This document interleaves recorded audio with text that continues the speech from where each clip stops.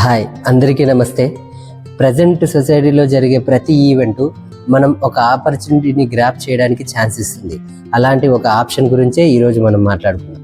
ఈరోజు early morning ఇంట్రెస్టింగ్గా నాకు ఒక హైపోథెటికల్ డ్రీమ్ వచ్చింది.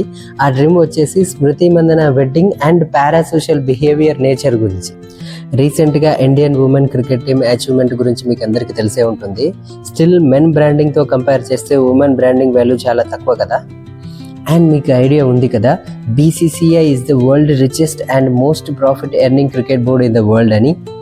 సో ఇప్పుడు ఇక్కడ మన BCCI మందన వెడ్డింగ్లోని డ్రామాని అండ్ సొసైటీలోని పారాసోషల్ బిహేవియర్ని యూజ్ చేసుకొని ఇండియన్ ఉమెన్ క్రికెట్ టీమ్ని, ప్లేయర్స్ యొక్క పర్సనల్ గ్రోత్ రేటింగ్ని అండ్ బ్రాండింగ్ని బెస్ట్ వేగా ప్రమోట్ చేసినట్టు.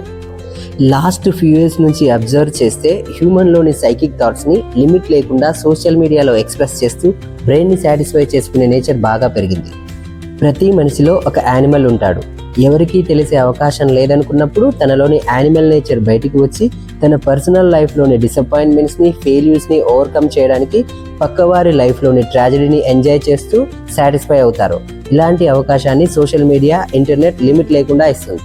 సో ఫైనల్గా నేను చెప్పాలనుకున్నది ఏంటంటే, ఇదంతా చూస్తూ మనం ఎవరిని నిందించాల్సిన అవసరం లేదు, అభినందించాల్సిన బాధ్యత కూడా లేదు. కాలచక్ర గమనంలో ఇదంతా ఒక చిన్న భాగం మాత్రమే. That's it. Thank you.